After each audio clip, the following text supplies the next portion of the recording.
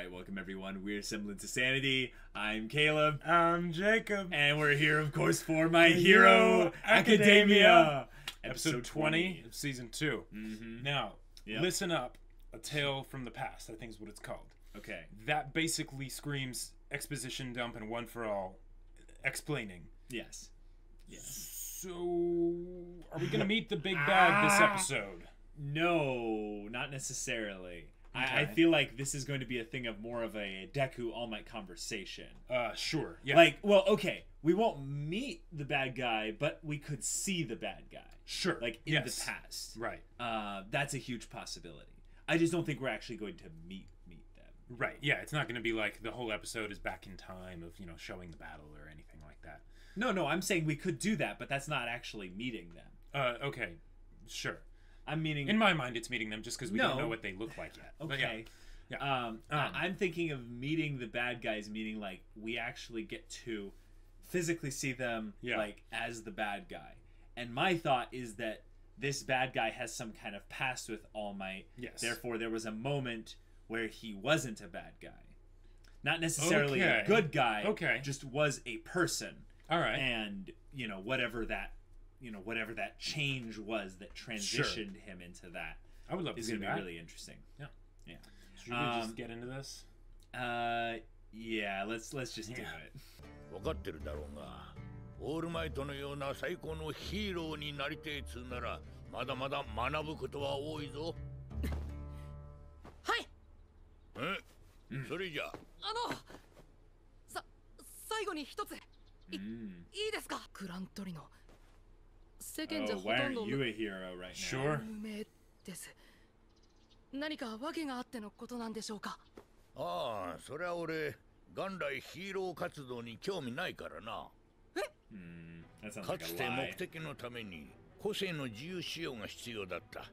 資格を取った理由はそんだけさ。容姿も性格もまるで似てないが、確かにお前そっくりだぜ、年寄り。盟友が選んだ男。そしてその男が選んだワン・フォー・オールを受け継ぎし誰だ君はここでだから緑谷違うだろ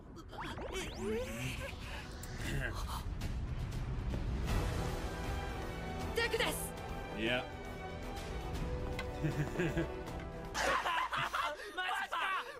Yes! Oh, his haircut! Yes!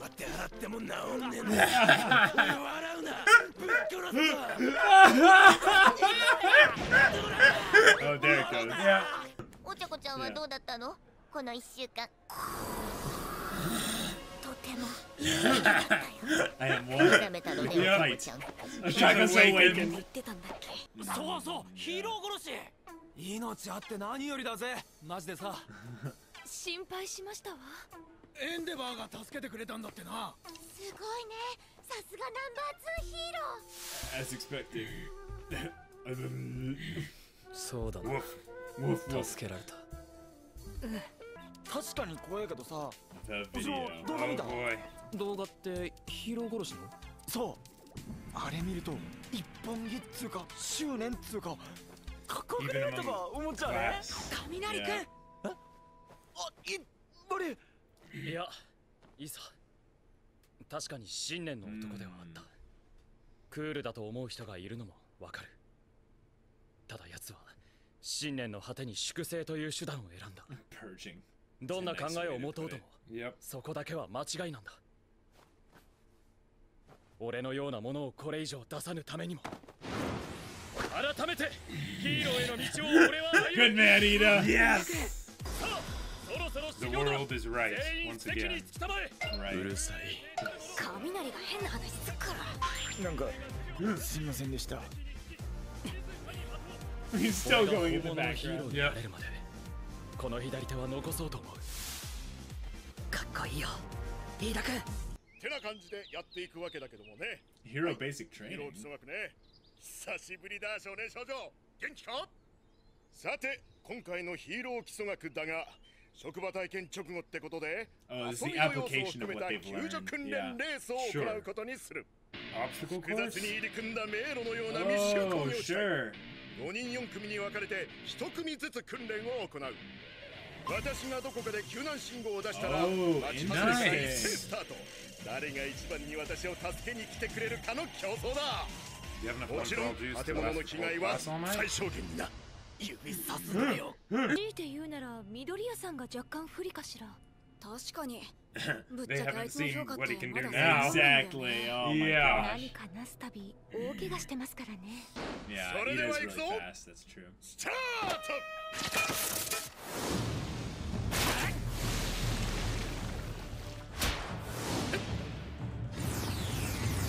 ほら見ろ、こんなごちゃついたとこは上行くのが定石。となると対空性能の高いセロが有利か。ちょっと今回俺にうってつけすぎる。うわ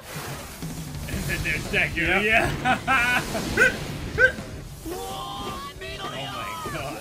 その動き嘘だろ。俺の動き。that's true. 職場体験でバカみたいな時間過ごしてる間にまた緑谷飛んでんの？骨折克服かよ。落ち着け、いける、落ち着け。常に 5%。 常に緊張と冷静を保って。フィニッシュ。ありがとう。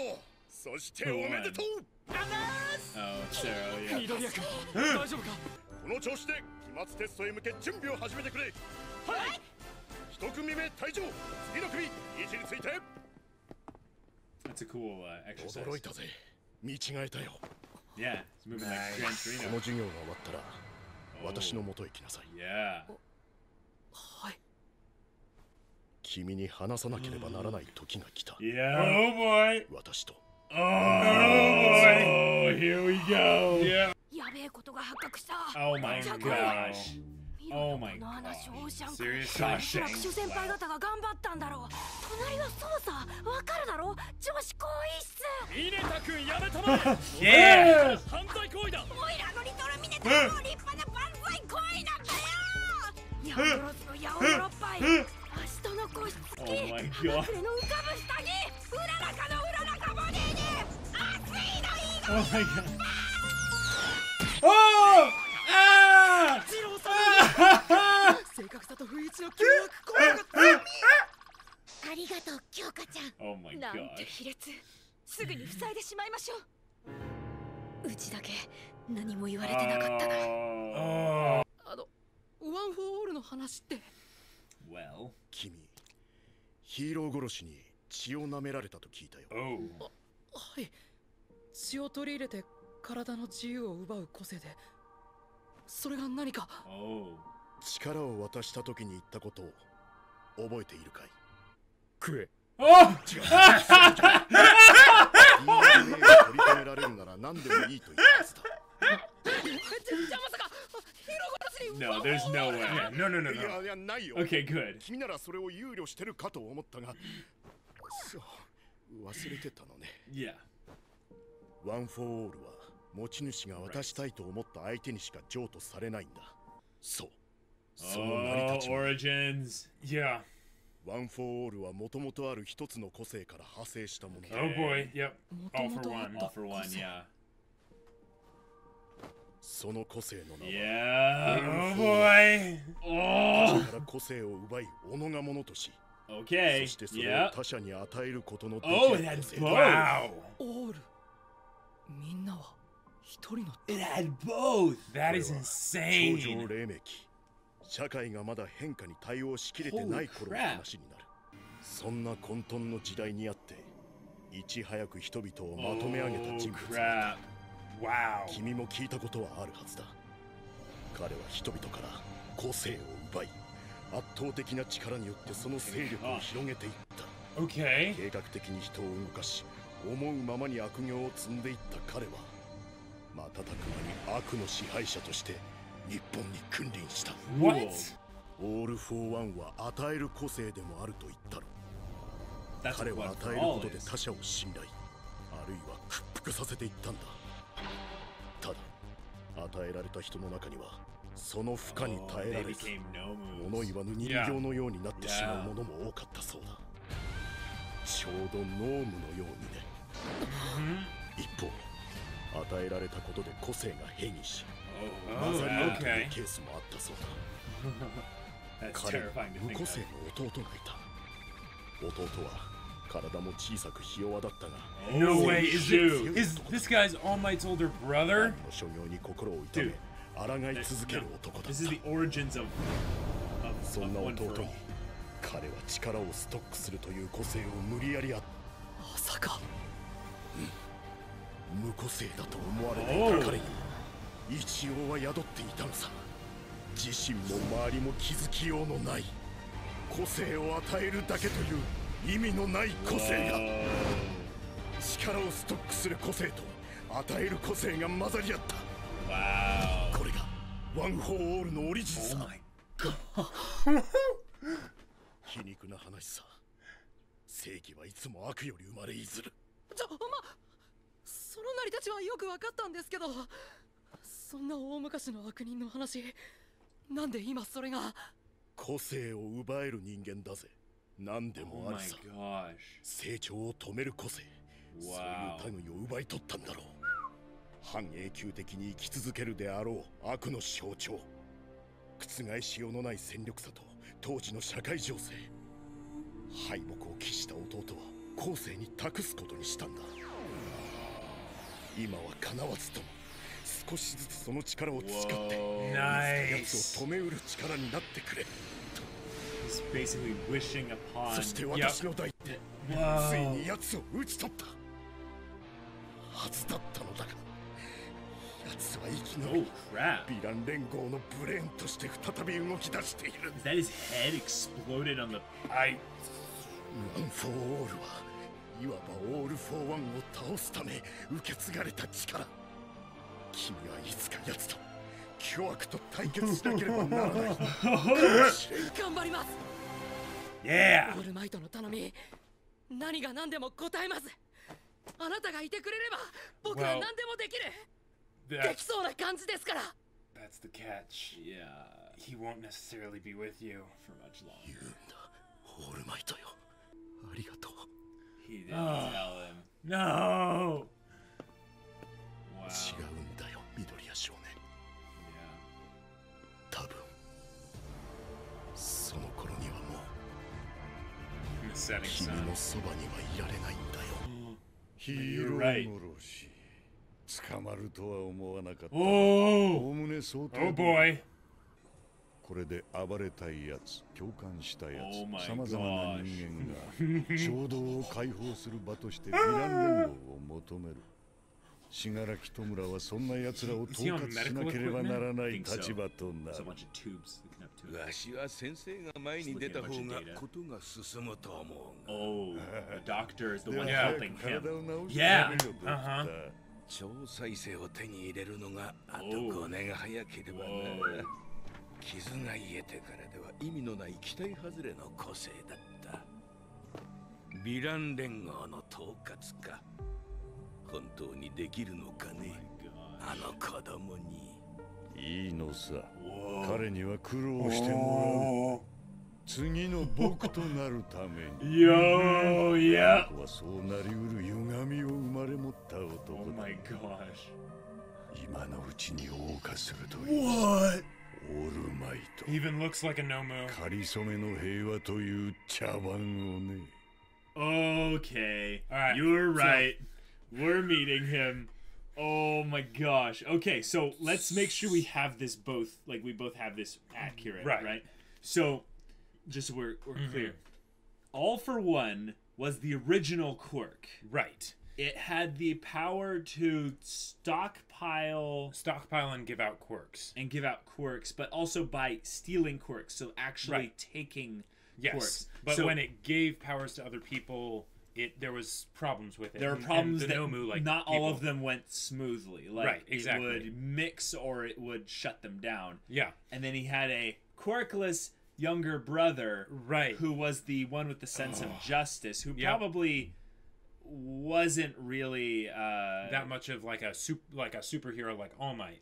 He was just like someone who wanted to do what was right. Yeah. And he ends up getting the quirk to stockpile quirks as well. So here's where I'm confused of.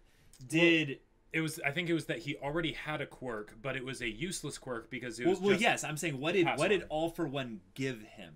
It was the stockpiling.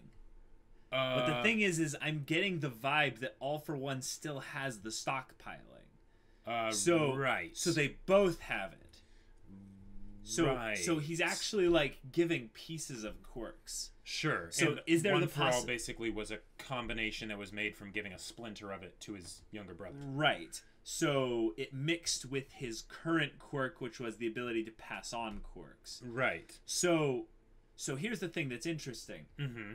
All for One is as old or older, and this is the vibe I was getting, than the original holder of One for All. Because you were like, that's All Might's older brother. I'm like, no, yeah. No, that was not at all. No, but it's the original One for All holder. Yeah, of course it could. But that was 9 people ago. Right. 9. Yeah. That means All for One is ancient. At the very least, he's 200 years old, I would say. Yeah. At the very least. Yeah, because like, okay. I'd say that's probably pretty close though. It's probably somewhere between like 200 and 300 because I would say also it's not really important how old he is, but the idea is that he should have died a long time ago. Yes. Just of old age. Right. But yeah.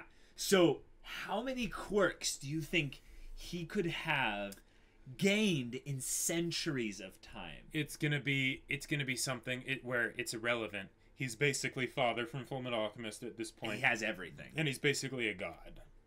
Yeah, but then how did All Might beat him?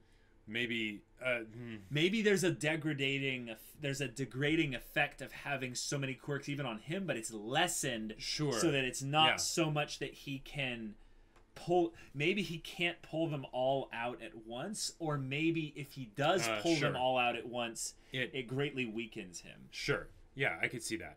So he still needs people and minions, essentially, to help him do the day-to-day stuff. It's just that when all is said and done, he is a god of matter and mind and the physical and all that stuff. Well, and it could also be just that, he has a lot of quirks, but the quirks that he has might not be that powerful on their own. Because things like people like Todoroki or Endeavor or All Might, those are very much the exceptions, right? Oh, so because One for All has gotten stronger as it gets passed on, because All Might was the 8th one, right? He was the first one to be able to actually defeat the guy, but he still wasn't able to kill him. Oh, that's a good point.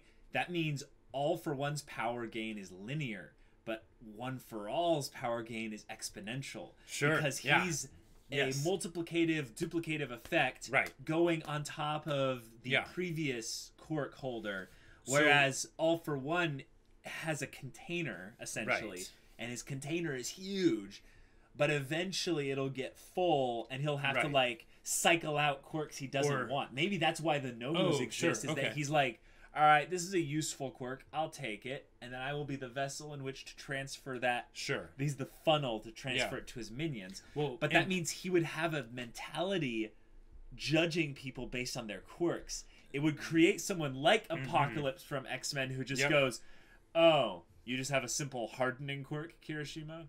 Useless. Right. Or maybe he goes, actually, wait, Kirishima, hardening? What's the time limit on it? That could be helpful. Just takes it. Oh, passive that's terrifying. Invisibility, huh? Oh, invisibility and anything that mucks with time. Yeah. If you get anything that mucks with time, frick, if he had Shinso's quirk, oh my gosh. Yeah. Just Shinso and Invisible Girl, because then he could go around, people wouldn't even, they would just hear a whisper, and then they'd be like, huh, what was that? Is anyone there? And then suddenly they're his slave.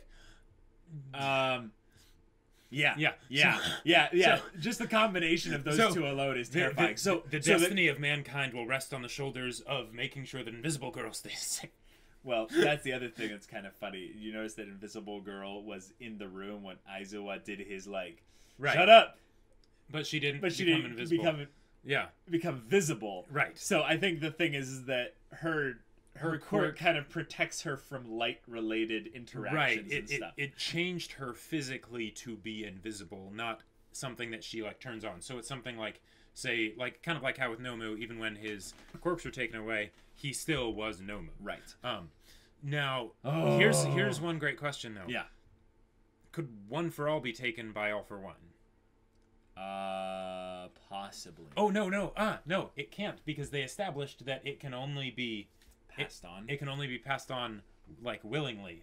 See, that's like, the thing. I don't like. Maybe that's why they were bringing that up. You know, I don't think that it's a thing where he can do it quickly.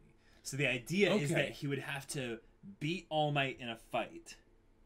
And then, like, immobilize him, and then drain like his blood, drain him or something, and then it would work. But I could see it being a very terrifying thing where, in the early days of One for All, there was a very serious problem of hiding the One for All user from All for One, because it kept getting stronger.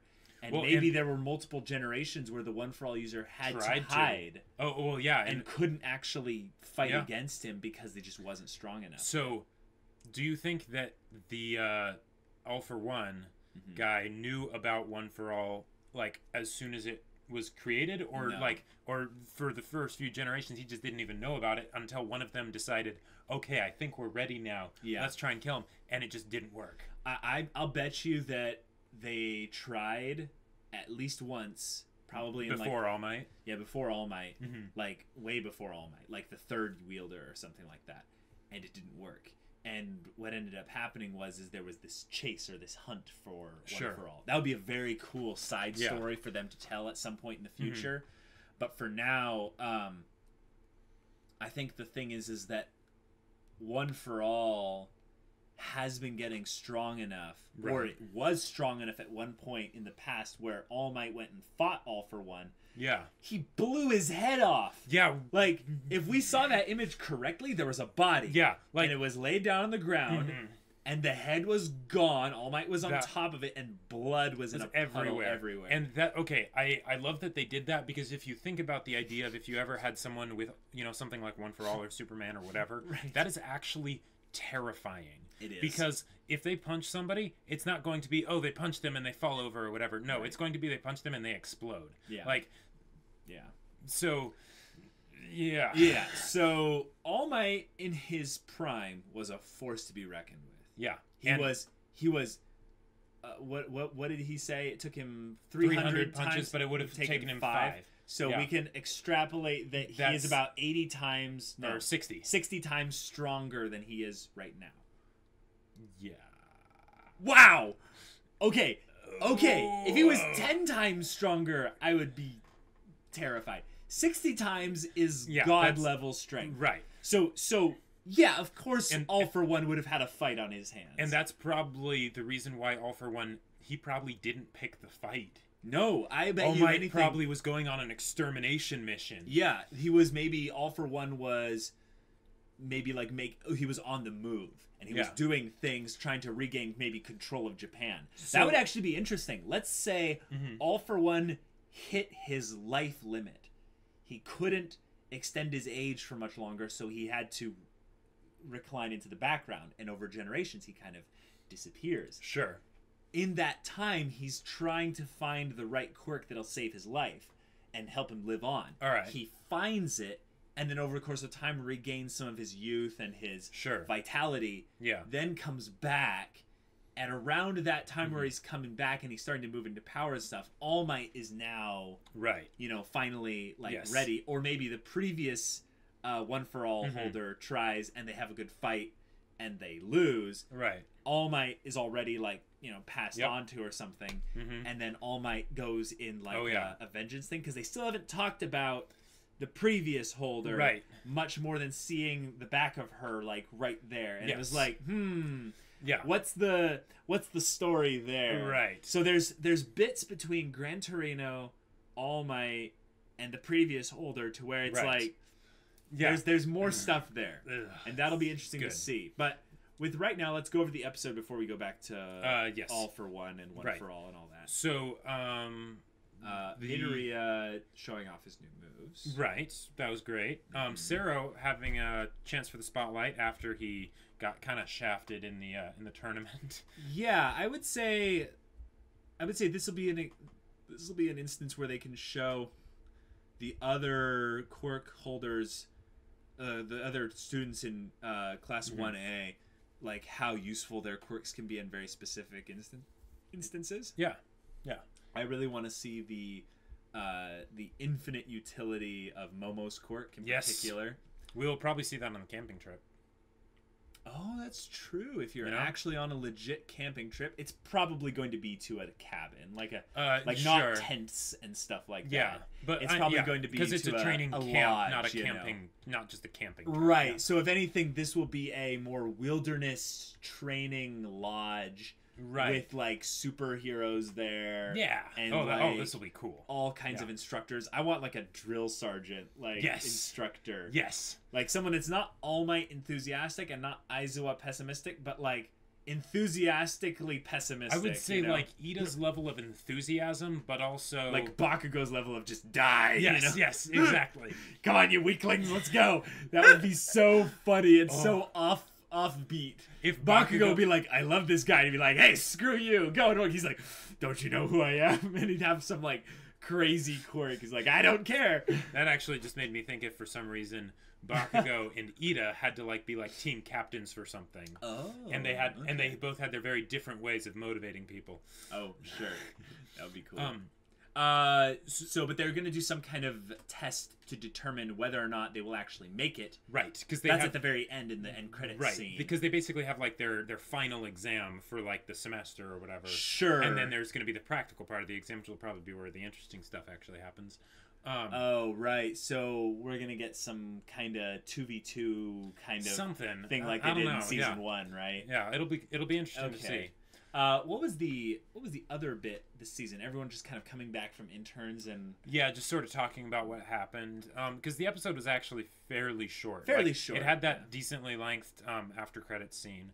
I liked Uraraka's aura just being like, I am now one with the ninjutsu. Yes, that was so good. It was so perfect because imagine like we can just infer she has like a black belt or at least like a decently high belt in one martial arts specifically.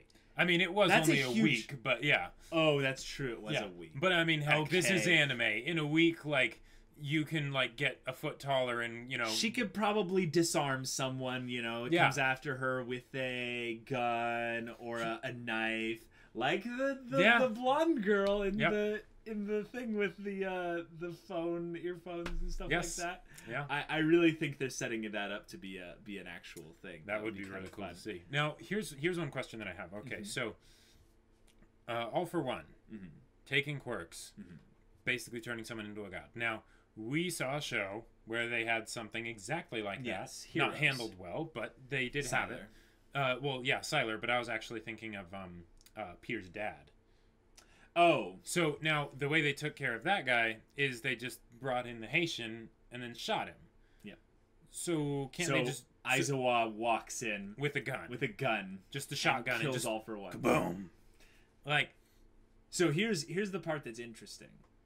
Aizawa can cancel anyone's quirk by looking at them, and until he blinks, their quirk is erased. Right. Does it work if they have 1,000 quirks? Does Aizawa's quirk have a limit if they... Like how many quirks he can erase at once? Right. Well, he was erasing... I think he was erasing all of the people at the USJ incident. Well, yes. I'm meaning, like, if he looked at you... and he can tell, okay, you have at least 5, like, surface quirks. He erases them all.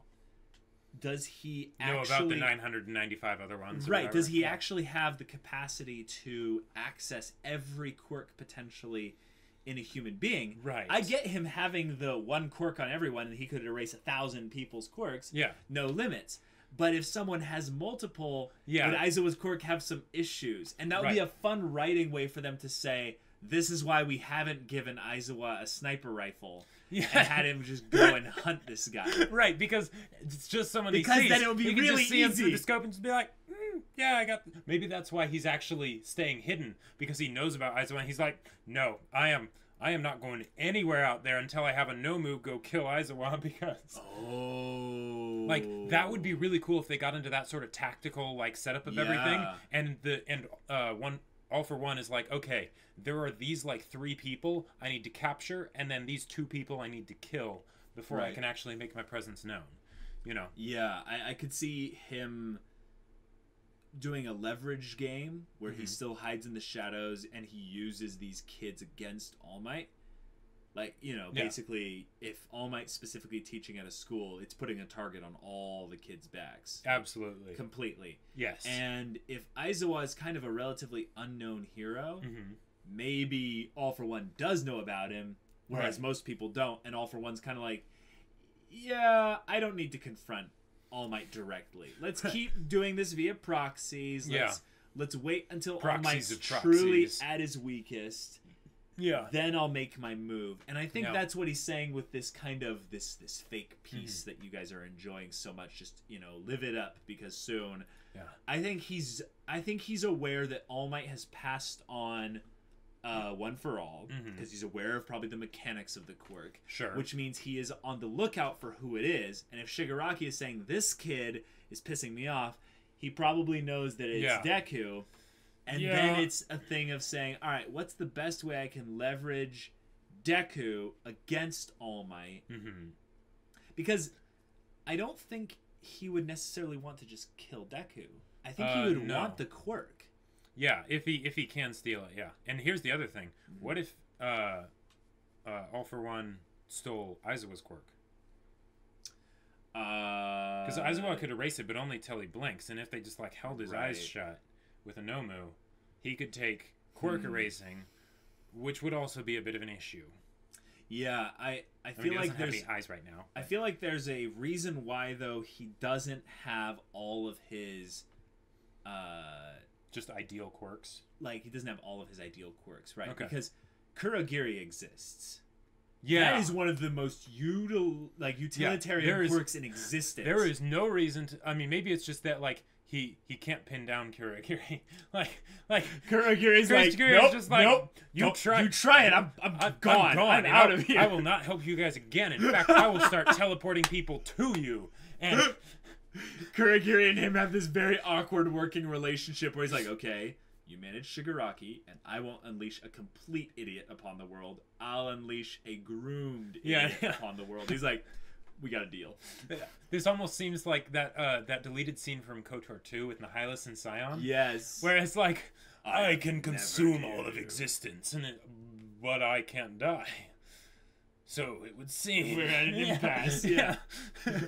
That's a good point, though, because I would assume that he has exactly the quirks that he wants right now. He is not physically capable right now of utilizing his full potential. Sure, yes. He is using this doctor, which we were right. There's a doctor. Yep. And it makes sense, actually. The doctor is not the one that's grooming these Nomu with DNA splicing and stuff. That's All for One. Yeah. But the doctor is actually there for All for One. Right. Because he still needs, like, actual physical help. Maybe this is what it is. So since we've established that the passing on of quirks and stuff and the storage of quirks takes a toll on the body and the mind, maybe it's something where he can't actually use the quirks himself properly because his body's in such a weakened state. So he has to use proxies, right?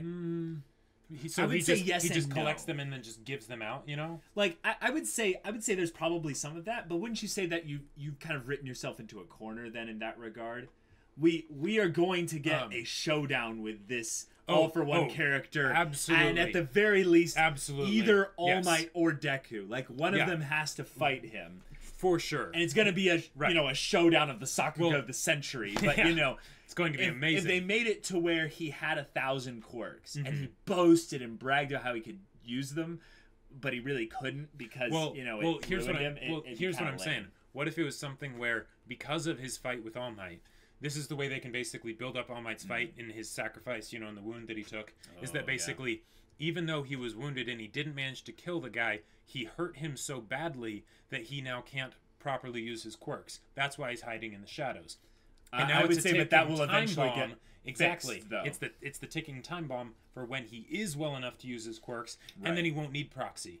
Well, you saw his head, right? Yeah, it was paste. Yes, it was paste. The way it was like it reminded me of flesh. It reminded me of a Nomu. Yeah. So I think that image we saw was his head literally exploded. Right. And he regenerated back from that. Yes. So I'm guessing that it took decades for him to regenerate back from that. Right, because he said if only we had gotten a super regeneration quirk 5 years earlier.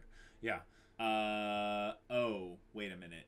I'm dumb. That 5 years ago was when the toxic chainsaw fight happened, quote unquote. Oh, gotcha. It wasn't that long ago. Dang it. I was really hoping for a thing where it's been a long time. Like, All Might fought him when he was young. Oh, sure. But with this being the case... Well, we don't know how old All Might is, but yeah.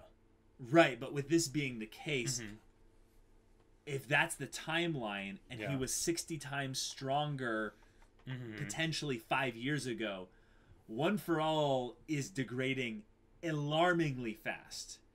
Yes, although some of that 60 times could have been just from the wound itself, not the passage of time. True. Good point. You know, so actually, that's a very good point. But that's a good point, Jacob.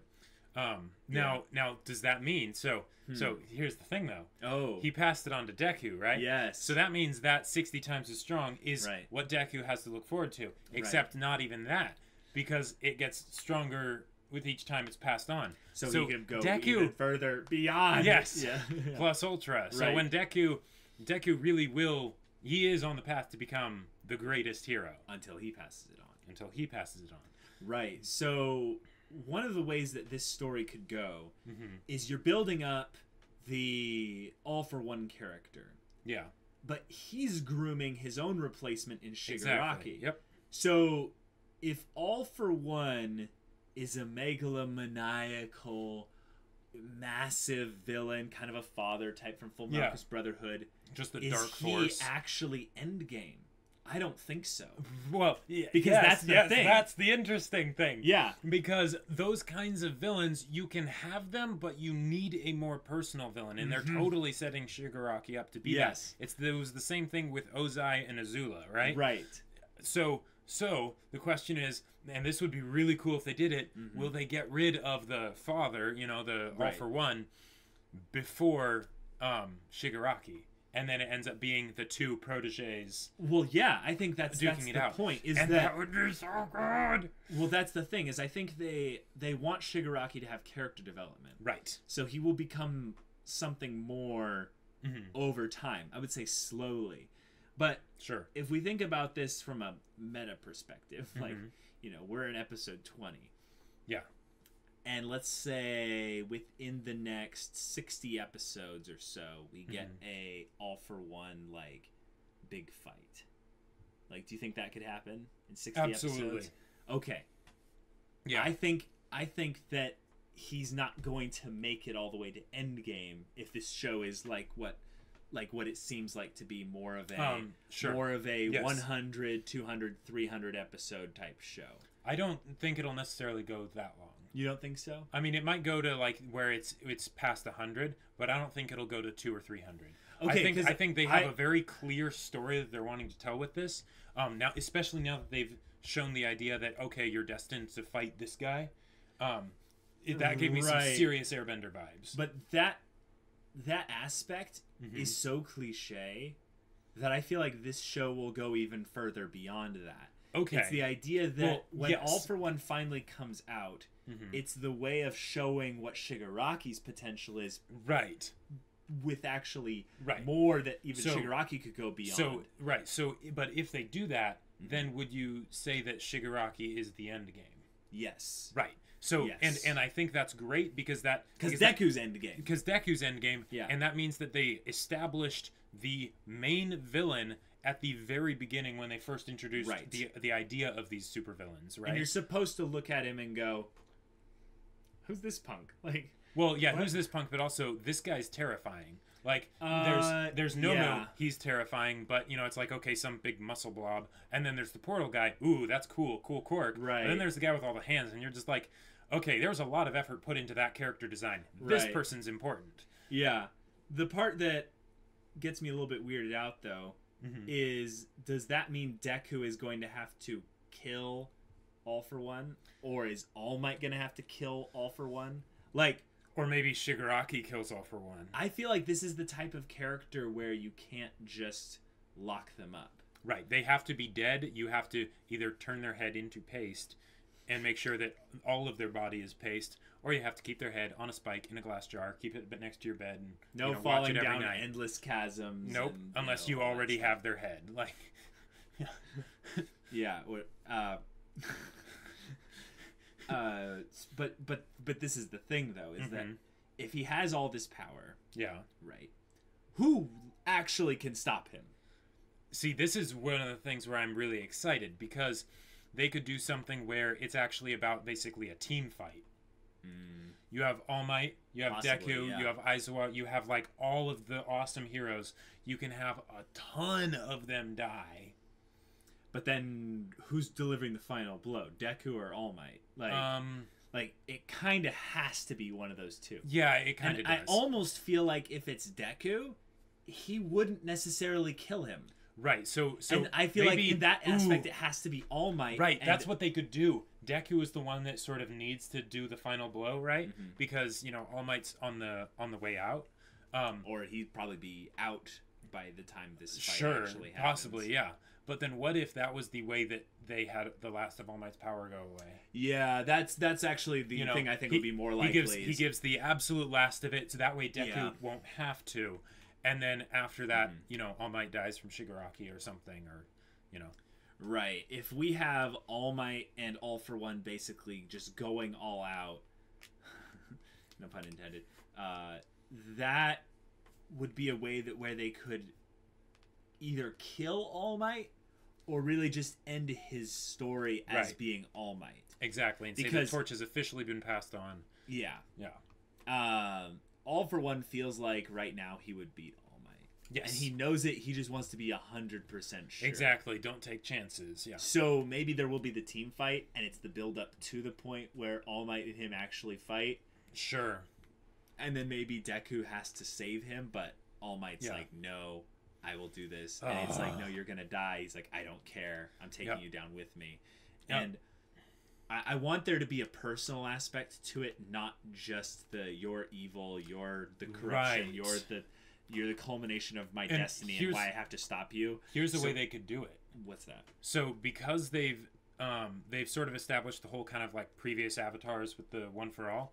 So the brothers. Right, the brothers. So the original One For All and All For One, they probably like that's one of the reasons why I was thinking like unless this is the same All For One wielder. I think he's saying it is. There's no passing down. Right, there's no passing down of the All For One, but with One For All there is. So if there was some basically like I don't know if they'll do this, but like past life connection type stuff, so that they're like, no, we realize, we feel what it was like to be the little brother watching you do all these terrible things. Wow. We have to stop you.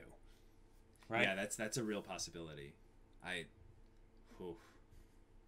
That would be huge. I mean, I don't think that's where they're going. Maybe I don't think so either, but maybe Deku will be one of the few that will get access to the memories of the previous holders. Sure. And that would be really intense in a really cool way. It could be kind of dark too, because he might get access to All Might's memories.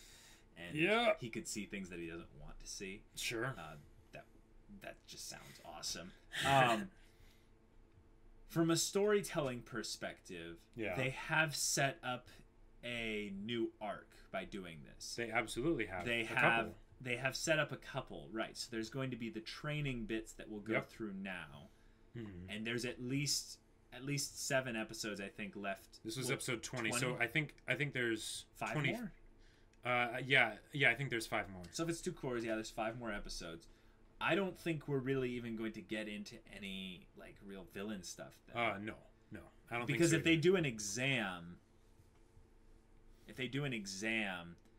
and it's not just some written thing, right? You know, which I'm guessing it's not. There's the 2-parter, the written and then the practical. That's how it always is, exactly. Right? Yeah. So the practical part could take you know, at least 3 episodes, maybe 2. I'd say let's have it take 2 episodes. Yeah. Oh, and that's a good point because the exam comes before the training camp. Well, it's to determine who goes to that or summer school hell, right, as Aizawa puts it. I kind of want, like, certain students to go to summer school hell and then come out, like, actually stronger. That would be... Like, like Mineta, like, maybe he doesn't get his wish of going... Sure. What if Bakugo passes the exam, but he decides, you know what? No. Or, well, actually, okay, summer school hell. Is that, like, schooling hell? Or is that, like, hero training hell? Because they're going to the training camp. I think it's more of a thing of you on the side of like you being a hero, you need some work done. Like you're not proper hero material right now. And you're saying they could do that with Mineta and have him come out the other side and actually be like a halfway decent character? I don't know. Maybe. We can dream. I mean, there's a lot of characters that are side characters also that, you know, right. You have nothing really to... And then we could always hope that bring into the fray. Shinso and Mei eventually get into Shinso, class Sasageo. Hatsume Mei, I think she's a good character where she's at.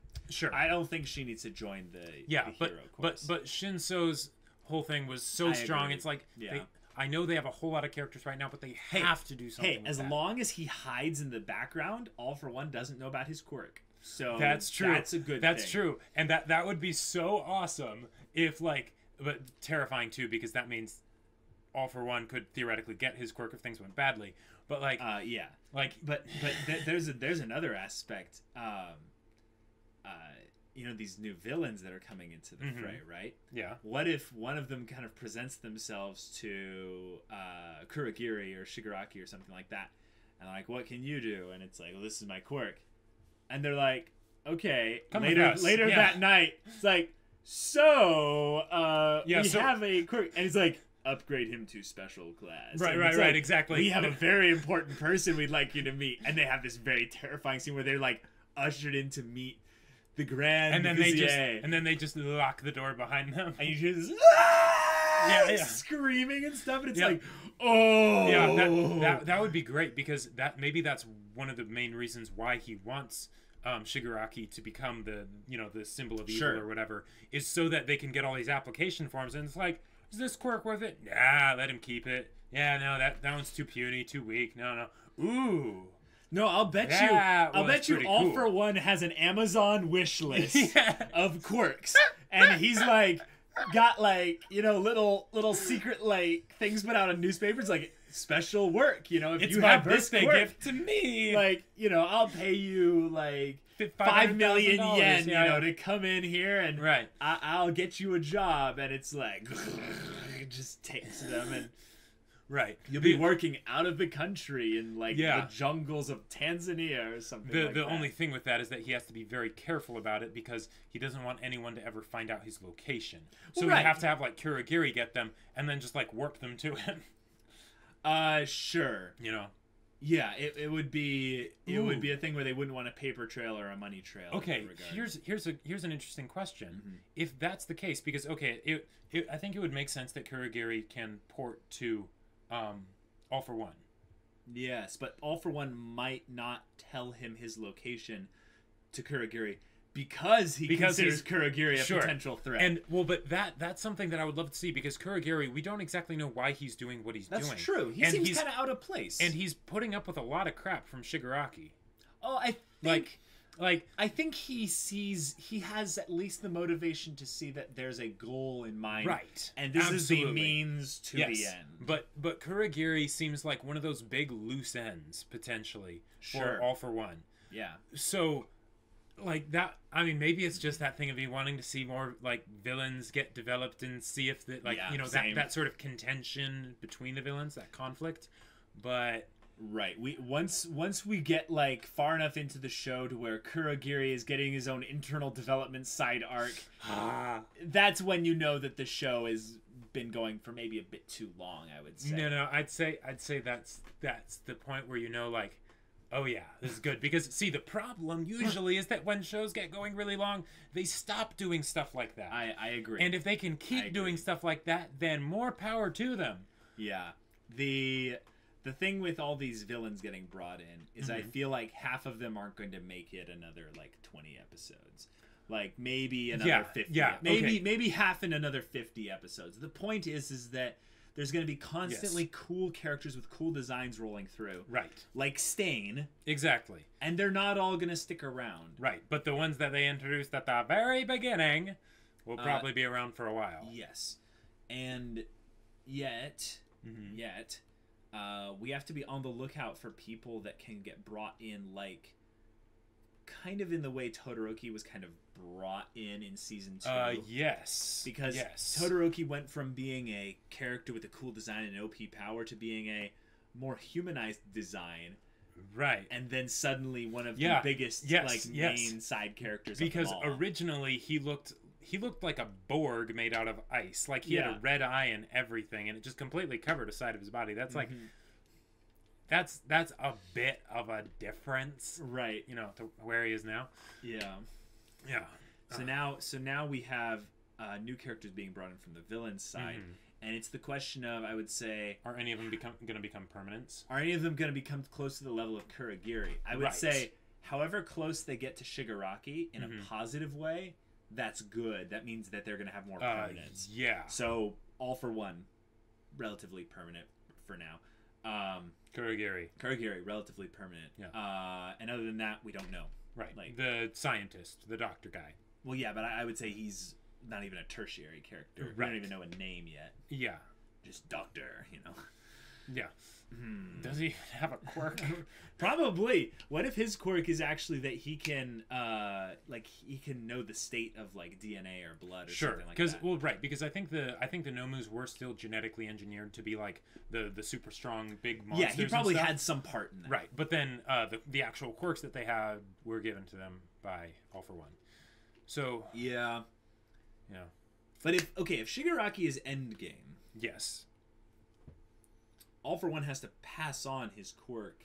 Right, and how that's going to work. But that means that he has to pass it on before he dies, right?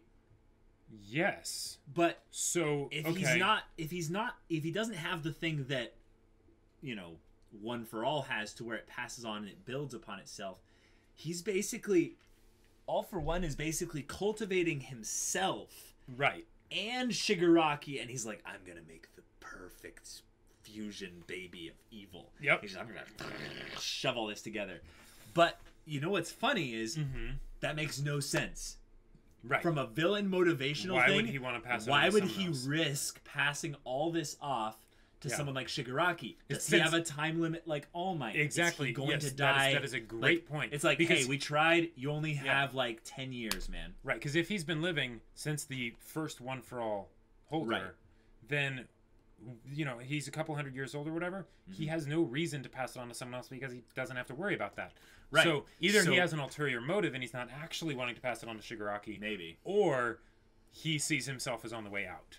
Right. But I'm thinking that there's something else. Like, he's gonna try and there's something else in and of itself, like an essence transfer from like Star Wars and stuff, where he's actually figuring out how to like combine himself with his own quirk, so that when he just shoves everything into Shigaraki, it's a thing of personality him actually going into it, and he will live on forever. Sure. And if they do that, that could make it doubly cool, because then when Deku finally is fighting Shigaraki slash All for One, it's really fighting both. Yeah. And that could make for some ways that he could basically appeal to Shigaraki, saying like, he's just using you, like, you know, why are you going wrong with it? And which could make this... you know what the foreshadowing is? Yep, exactly. Yeah, and by doing that here, right? And by doing that, they're making it so that a battle with basically just an evil force, right, of destruction, would suddenly become very personal. Guys, if we called it, like, whenever the manga ends, you know, it was right here. Semblance of Sanity. We're probably totally off. We're probably totally wrong. But we're not wrong about the grooming aspect. Oh, yeah. And I know I'm not wrong about it being weird in terms of villain motivation. Oh, absolutely, yeah. There is something completely illogical to it unless he has actually got like he's actually dying. He's on a time limit. Yeah. Yep. Oh, but that would be so cool. That would be so cool. Oh boy. Do you think that we're going to get any kind of like UA student focused, jumping completely back to UA here, like UA student focused development, like hardcore, like Todoroki, in anything in the next 5 episodes? Gotcha. Focused development. Yeah. No, but I think the training camp is going to be a place for them to spread it out onto a few of the people. Okay, because instead of it being focused, they start off a couple like development arcs in these 5 episodes, and then they build onto them more so. Exactly. In the training because camp. Okay. What was it? I don't know why this stood out to me, but when the earphone jack girl, I forget her name. Jiro? Yeah, Jiro. I think that's what it is. When she pokes Mineta in the eye, that was fantastic. By the way, I absolutely loved it. Yeah. But then she has that comment to herself. Oh, like, she's like, he didn't mention me. Didn't mention me. He didn't lewd me. Yeah. I think that was more of a comedy kind of sad line. With the whole kind of yes. You know? I think so too. But things like that, if basically the creators decide to extend them and not have them just be a one-off sort of joke thing, right? That could be a point of development. That could be a point of development, or or other things like that could be brought up in the training camp, and those kinds of things are great ways to have the UA students bond with each other. Because if you can't develop the characters as individuals, the next best thing to do is to develop their bonds. Right. So, which kind of is developing them too. But it's all kind of it's all wibbly wobbly, timey wimey. Exactly. Yeah. So, I really just reemphasize over and over and over again until it happens. Momo, freaking develop Momo already. Yeah. I need it. I want it. It has to happen soon. I don't like that Uraraka is kind of best girl by just screen time. Yeah. I like Uraraka as a character. She's I awesome. Love it. I like Sue as a character also. Yep. I feel like they need to give them like more to their characters. Specifically just why do they want to be heroes? Come on. Yeah. Uraraka. We found out first season of season 2. Yeah. First episode of season 2. Momo, Sue, don't know. Invisible Girl? Come on. Of all the characters in this show that are from she's UA, like in the bottom 5 of like gonna get bottom 3 maybe. No. There's two random strong dudes that we don't even know the names. Sato. I actually rewatched some of the beginning of season 2, and Sato is the name of the guy who's strong. Well, okay then, but there's still Ozuro, who's basically just like the friends with the invisible girl, with the tail, and then I would say even more so is you can't remember? I don't remember his name. No, the guy with the stone head is what I've just been calling him. That's what I was talking about when he's I got mentioned the the animal two strong thing. guys. Yeah. Well, we don't know that he's strong. I'm guessing he's strong, but he could just be a bigger guy, Jake.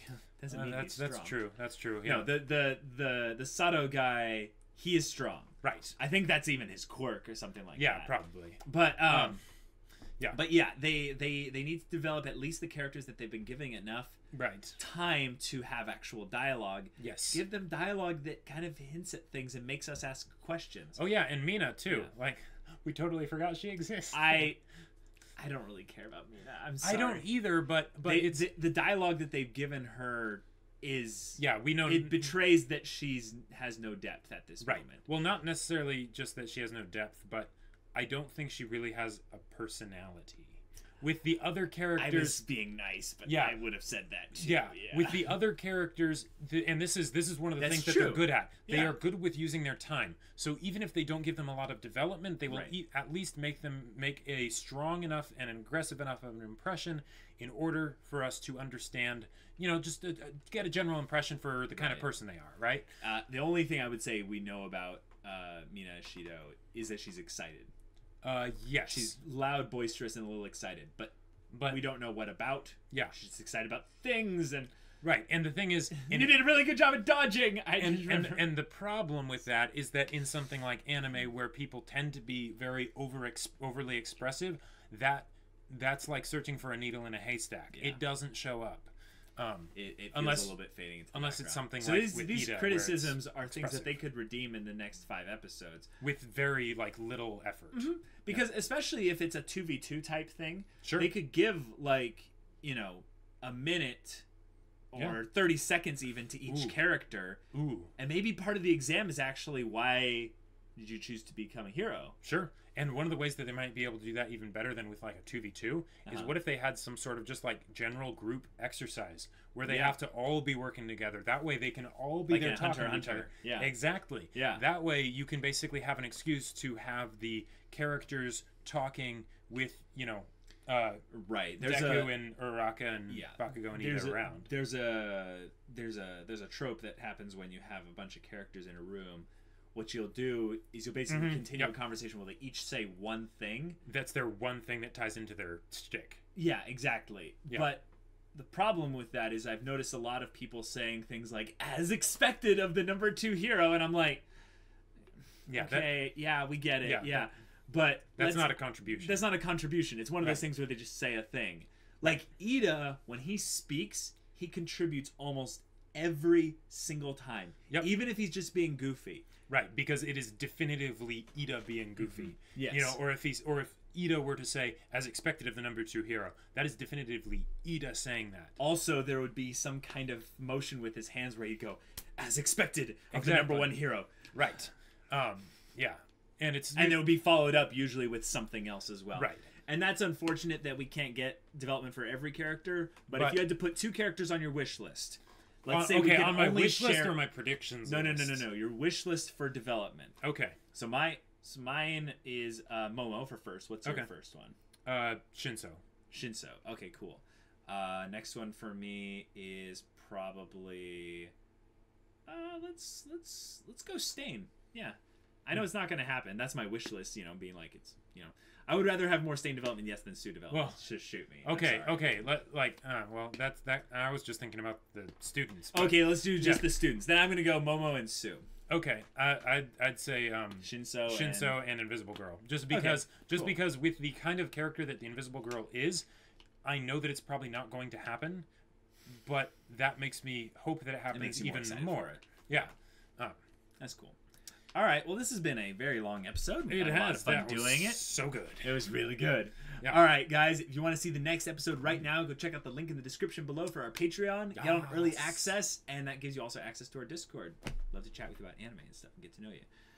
All right, we'll see y'all later, but until then, we're Semblance of Sanity. I'm Caleb. I'm Jacob. And we'll see you all next time.